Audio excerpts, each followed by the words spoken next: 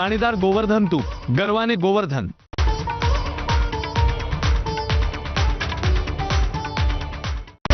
Headlines brought to you by Chitale बंधू।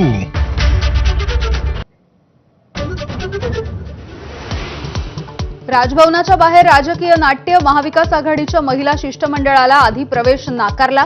अधिकाऱ्यांशी चर्चेनंतर सर्व महिला नेत्यांना प्रवेश।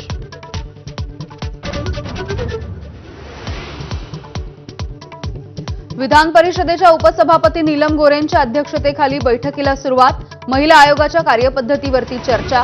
अध्यक्ष रुपाली चाकणकर सुद्धा उपस्थित।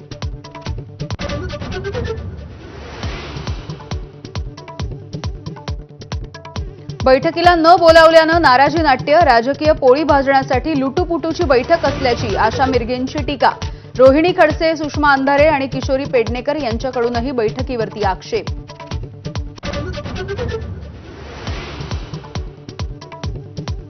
कॅबिनेट मंत्र्यांकडून राज्यमंत्र्यांना अद्यापही अधिकारांचं वाटप नाही। 2 वेळा मुख्यमंत्र्यांकडे राज्यमंत्र्यांची लेखी तक्रार। सेनेच्या कोट्यातील मंत्र्यांकडे बोट, सूत्रांची माहिती।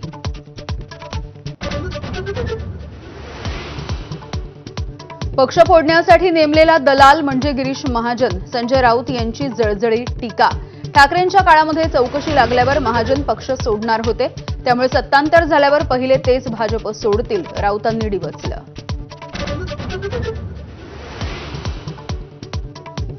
नितेश राणे महाराष्ट्र बर्बाद करण्याच्या मागे लागलेत। अल्पसंख्याक आयोगाचे अध्यक्ष प्यारे खान यांची टीका।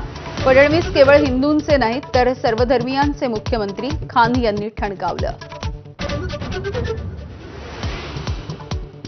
दिवंगत नेते गोपीनाथ मुंडेंची आज पुण्यतिथी। गोपीनाथ गडावरती धनंजय मुंडे सुद्धा उपस्थित। अनेक दिवसांच्या नंतर सार्वजनिक कार्यक्रमाला हजेरी। यवतमाळमध्ये आज काँग्रेसची आत्मसन्मान पदयात्रा आणि शेतकरी मेळावा। मोदींनी दिलेल्या आश्वासनांचं स्मरण करून देणार। हर्षवर्धन सपकाळ, धानोरकर, माणिकराव ठाकरे, मोघे यांचाही सहभाग।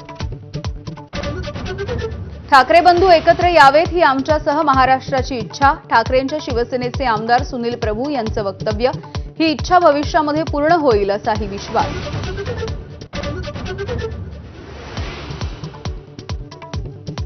जेसीबी विक्रीच्या व्यवहारामधील फसवणुकीच्या संदर्भात शशांक आणि लता हगवणेला आज खेड कोर्टामध्ये तर निलेश चव्हाणसह राजेंद्र आणि सुशील हगवणेला शिवाजी कोर्टामध्ये हजर केलं जाणार।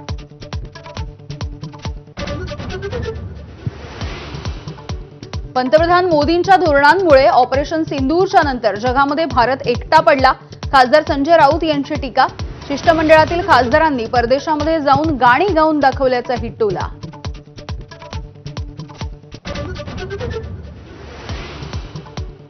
अयोध्येमधल्या राम मंदिरामध्ये आजपासून राम दरबाराचा प्रतिष्ठापना सोहळा। भव्य राम दरबाराची उभारणी। पहाटेपासूनच मंदिर प्रांगणातील 8ही मंदिरांमध्ये अनुष्ठान सुरू।